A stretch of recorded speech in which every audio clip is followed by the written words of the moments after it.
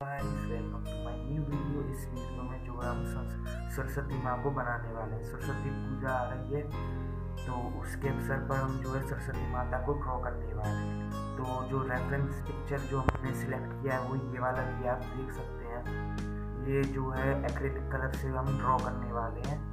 तो चलिए स्टार्ट करते हैं। But this is the outline part. तो चलिए